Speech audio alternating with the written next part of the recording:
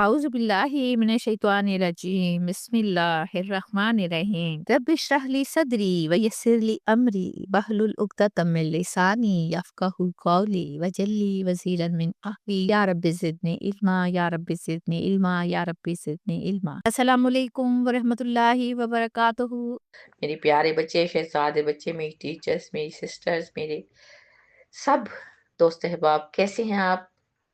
اللہ تعالیٰ سے میری دعا ہے اللہ تعالیٰ آپ کو اپنے حفظ و امان میں رکھے، آپ کے لیے آسانیاں فراہم کرے اور ہم سب کو اللہ تعالیٰ اپنے راستے پر چلنے کی توفیق عطا فرما دے۔ بس دعا کرنی ہے، راستہ اللہ نے خود دینا ہے، کوشش کیا کریں۔ چلیں دیکھتے ہیں پچھلے لیسن میں کیا پڑھا۔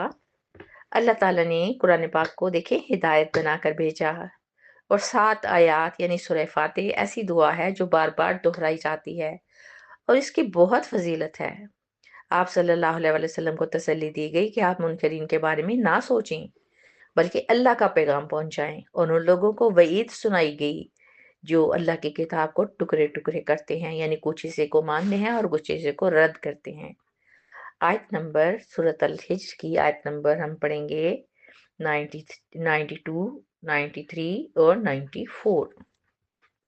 فواربی کا، پس تیرے رب کی قسم، لا نسألنہم، یقیناً ضرور ہم باز پرس کریں گے، اجمعین، ان سب سے یا ان سب پر، اما کانوا یعملون، اس کے بارے میں جو وہ کیا کرتے تھے۔ نیکسٹ آیا ہے فاسدا بما تؤمروا، پس کھول کر سنا دیجئے جس کا آپ کو حکم دیا جاتا ہے، وَأَعْرِضْ، اور منہ پھیر لیجئے، عن المشرکین، مشرکین سے۔ یہاں اللہ سبحانہ وتعالیٰ حضرت محمد صلی اللہ علیہ وآلہ وسلم کے رب کی قسم کھا کر تاکید فرما رہے ہیں۔ دیکھیں یہ کوئی معمولی بات نہیں بلکہ انتہائی یقینی اور قطعی حیثیت ہے کہ ہم ان سے ضرور پوچھیں گے، کہ ان سے پوچھیں گے، یعنی ہر انسان سے ضرور سوال ہوگا، کوئی بھی اس سے بچ نہیں سکے گا۔ اب یہ جواب دہی کب ہوگی؟ قیامت کے دن ہوگی، اور کوئی بھی اس سے مستثنا نہیں ہوگا۔ ہر شخص کو اپنے مال کا حساب دینا پڑے گا۔ خاص طور پر منکرین حق کے بارے میں بات کی جا رہی ہے جو آپ صلی اللہ علیہ وسلم کی باتوں کو نظر انداز کرتے تھے۔ یہ سوال صرف بڑے بڑے جرائم کا ہی نہیں ہوگا بلکہ انسان کے رویے، نیت اور عمل سب کے بارے میں ہوگا۔ آیت نمبر 93 میں بھی یہی فرمایا گیا ہے کہ دنیا میں یہ لوگ جو کچھ بھی کرتے رہے، جو بھی عمل کرتے رہے، اس کے لیے انہیں جواب دہ ہونا ہوگا۔ پوچھا جائے گا ان سے کہ زندگی جیسی نعمت کو کن کاموں میں بسر کیا۔ سارے ریکارڈ کیے گئے اعمال نامے کو سامنے رکھ دیا جائے گا۔ آیت نمبر 94 میں اللہ تعالیٰ آپ صلی اللہ علیہ وسلم سے فرما رہے ہیں کہ پاس کھول کر سنا دیں، اعلان کر دیں، حق کو چھپانے کا نہیں بلکہ پوری وضاحت اور جرت کے ساتھ بیان کرنے کا حکم دے دیا گیا کہ دین کی کھلم کھلا تبلیغ شروع کرتے ہیں اور انکار کرنے والوں سے رخ پھیر لیں، ان کو نظر انداز کر دیں، ان سے الجھنے کے بجائے انہیں چھوڑ دیں، کیونکہ لوگوں کا تو کام یہی ہے نا۔ اب یہ کون لوگ ہیں جن کو نظر انداز کرنے کا حکم دیا گیا؟ یہ کفار مکہ اور منافق لوگ تھے جنہوں نے حق کو ماننے سے انکار کیا اور شرک پر قائم رہے۔ اللہ تعالیٰ نے فرمایا کہ کسی سے ڈرنے کی ضرورت نہیں ہے، بغیر کسی خوف اور مصلحت کے اپنا پیغام پھیلائیں۔ سورۃ الحجر کی آیت نمبر 95 اور 96 پڑھتے ہیں۔ اِنَّا کافینا کا، بے شک ہم کافی ہیں آپ کو بچانے کے لیے۔ اللہ تعالیٰ فرما رہے ہیں کہ اس کو آپ صلی اللہ علیہ وسلم کو المستہزئین، مذاق اڑانے والوں کے شر سے۔ نیکسٹ آیا ہے الذین یجعلون، جو بناتے ہیں مع اللہ، اللہ کے ساتھ، الہ آخر، دوسرے معبود، فسوف یعلمون، سو ان قریب وہ جان لیں گے، یعنی کہ جلد ہی جان لیں گے۔ اللہ سبحانہ وتعالیٰ اس آیت میں حضرت محمد صلی اللہ علیہ وآلہ وسلم کو تسلی دیتے ہوئے فرماتے ہیں کہ بے شک ہم خود ہی آپ کو مخالفین کے شر سے بچانے کے لیے کافی ہیں۔ جب اللہ ساتھ ہو تو ڈر کس بات کا؟ اللہ تعالیٰ ہی بچانے والے ہیں، یعنی آپ مخالفین کے شر سے آپ کو دور رکھا جائے گا۔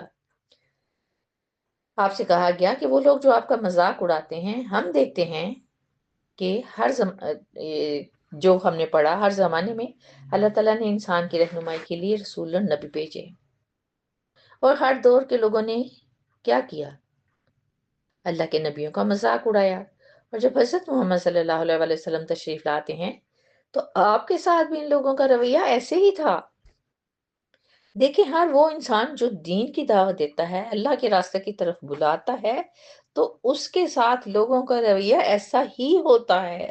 اس لیے اللہ تعالیٰ رسول پاک کی بات کرتے ہوئے ہر داعی دین سے مخاطب ہیں کہ حق کے راستے میں مشکلات اور رکاوٹیں آئیں گی، لوگ مذاق اڑائیں گے، مخالفت کریں گے، نقصان پہنچائیں گے، مگر آپ فکر نہ کریں، ہم خود استہزاء کرنے والوں کے لیے کافی ہیں، یعنی ان کا معاملہ اللہ کے سپرد ہے، وہی ان سے نپٹ لیں گے۔ یہ ہمارے لیے ہی سبق ہے کہ اللہ تعالیٰ خود ایسے لوگوں کے مقابلے میں اپنے بندے کی حفاظت فرماتے ہیں۔ آیت نمبر 96 میں اللہ تعالیٰ فرماتے ہیں کہ وہ لوگ جنہوں نے اللہ تعالیٰ کے ساتھ دوسرے معبود بنا رکھے ہیں اور اللہ کے ساتھ شریک بنا رکھے ہیں، ان لوگوں پر ان قریب ساری حقیقت کھل جائے گی۔ یعنی وہ لوگ جو مذاق اڑاتے تھے، اللہ کے ساتھ دوسروں کو شریک ٹھہراتے تھے، یہاں دیکھیں اصل جرم کیا ہے، خاص طور پر شرک ہے نا۔ شرک صرف بت ہی تو نہیں ہے، بلکہ مال و دولت کو اپنا سب کچھ مان لینا، کسی بزرگ یا مقبرے کو خواہشات کا مرکز بنا لینا، کسی کو وہ مقام دے دینا جو کہ اللہ تعالیٰ کا ہے، کسی کو وہ حق دے دینا جو کہ اللہ تعالیٰ کا ہے، تو ہم شرک ہی کر رہے ہوتے ہیں نا۔ اللہ تعالیٰ حرف میں فرماتے ہیں کہ یہ لوگ جلد ہی جان لیں گے کہ وہ غفلت میں تھے، اور ان قریب وہ وقت قریب ہی ہے۔ کون سا وقت قریب ہے؟ قیامت کا وقت قریب ہے، کہ اس وقت ساری حقیقت سامنے آ جائے گی اور پھر پچھتانے کا کوئی فائدہ نہ ہوگا۔ دیکھیں اصل کامیابی توحید پر قائم رہنے میں ہے، مشکل ضرور ہے لیکن قطعی بھی ناممکن نہیں، اور جب آپ توحید پہ قائم ہو جاتے ہیں تو یقین جانیں سارے ڈر انسان کے دل سے ختم ہو جاتے ہیں۔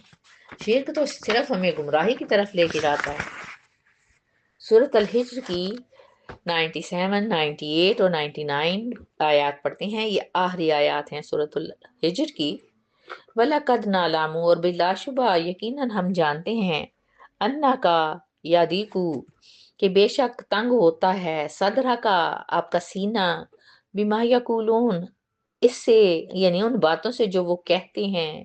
اگلی آیت ہے فسب بھی پس تسبیح بیان کر بحمدک ربک اپنے رب کی حمد کے ساتھ، وکن اور ہو جا من الساجدین سجدہ کرنے والوں میں سے۔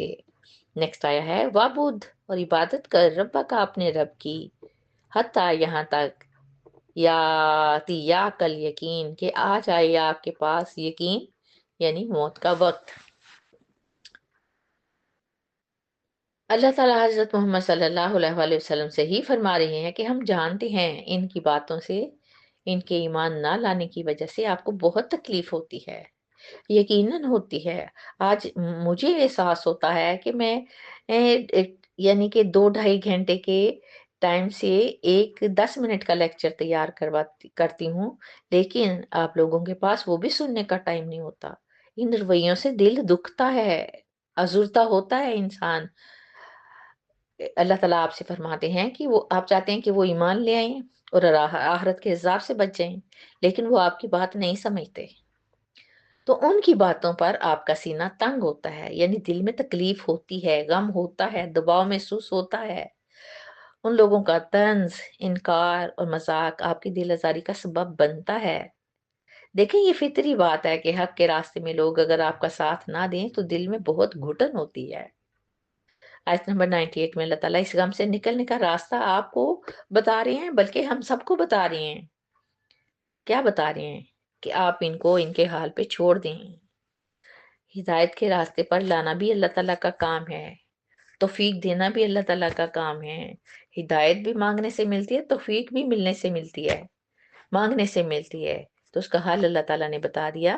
بس آپ تسبیح کریں، اللہ کی پاکی بیان کریں، اسے ہر عیب سے پاک مانیں اور اللہ تعالیٰ کی حمد بیان کر دیں، اور آخری بات سجدہ کرنے والوں میں شامل ہو جائیں، یعنی اللہ تعالیٰ کے آگے جھکنے والے، عبادت کرنے والے بندوں میں شامل ہو جائیں۔ ہمیں کیا سبق دیا جا رہا ہے کہ جب حالات کی وجہ سے دل گھٹن محسوس کرے تو اللہ کے ذکر سے دل کی سونی کیفیت کو آباد کریں اور اللہ تعالیٰ کی طرف رجوع کریں، تسکین ملے گی، سکون ملے گا۔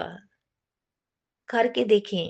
آیت نمبر 99 میں اللہ تعالیٰ حضرت محمد صلی اللہ علیہ وسلم سے فرماتے ہیں کہ آپ ہمیشہ اپنے رب کی بندگی، اطاعت اور عبادت میں جھکے رہیں، یعنی کہ مسلسل ذکر کرتے رہیں۔